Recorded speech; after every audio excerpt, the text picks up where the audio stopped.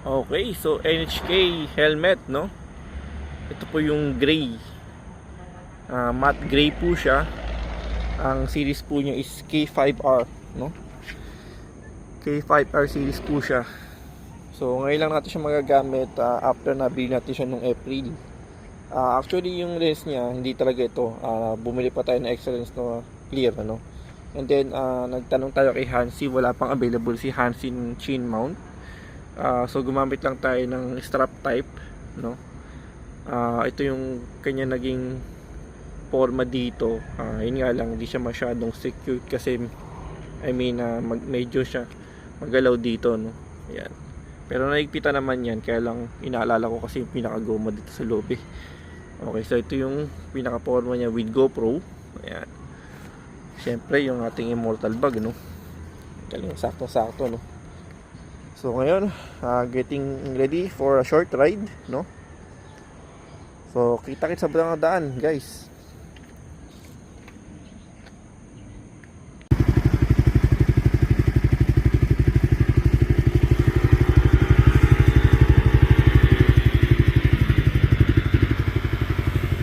Bumitaw kanina.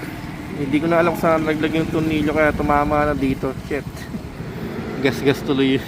RCB, buti may cable tie tayong na ano sa tindahan dito, no?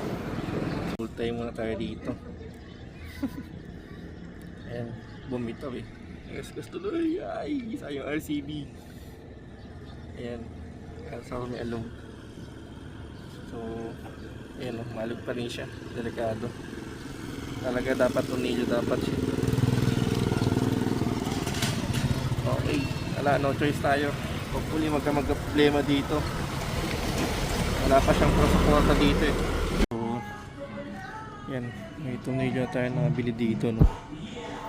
Pwede na to as temporary sa cable tie dito yun.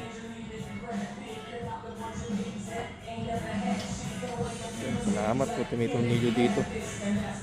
Guys, ano tayo sa pinakadinggalan na may, ano ba itong klase? Tuna ba ito? Ayan. So, touchdown na tayo dito, guys, ano? May baliro pa dun, oh. Alright. So, nandito sa part ng ano, walang bigat. Basta yun din, pero wow,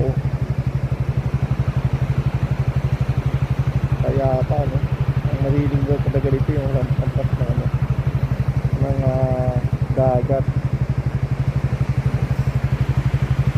Yung ating city leader, ang mga 50 tayo ay nag short ride, braking and banding na rin sa atin, ano? At ayun, mambar na lang putik.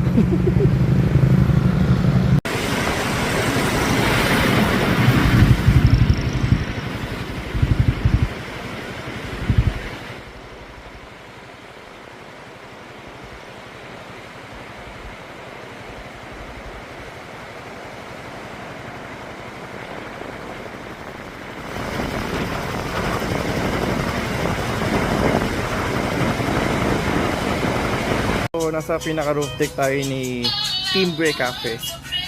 So, along the road, ang dingganan lang yan. Ang ganda ng view, no? Yung kape niya, ayun pala yung ano ng dinggalan. Yung kape, coffee niya, okay lang, sakto lang, no? At least, support local lang din tayo. And then, ayan. Ito yung roof deck niya. Baka mag-copyright tayo nitong. And then, ayun, maganda yung CR nila, guys. Sakto sa akin nagbabawas. Joke lang, ating Raider Suzuki. Okay. Actually, yung weather ngayon dito medyo, ayun, makulinis. Sumambon-ambon pa. Kaya, so, kapilan tayo ng konti. Tendency ba tayo pa uwi na, no? Gamit na natin yung ating immortal belt bag.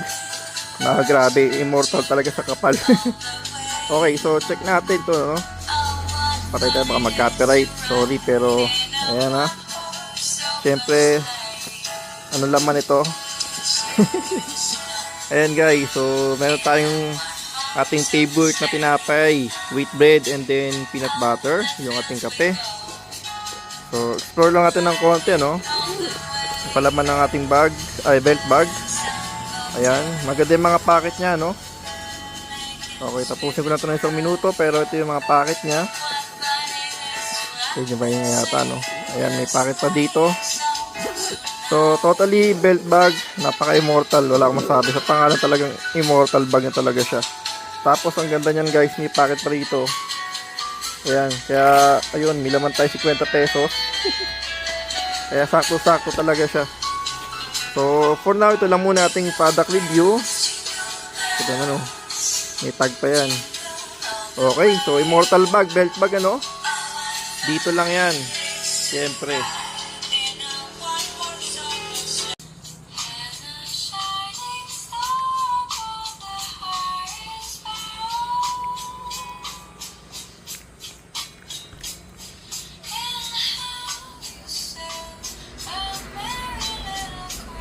Ito naman yung banyo dito guys. Sarap tumae. Joke lang. Maganda yung banyo niya guys. Actually talagang komportable ka dyan na magbanyo. Tapos ang lamig ng hangin. Ayan.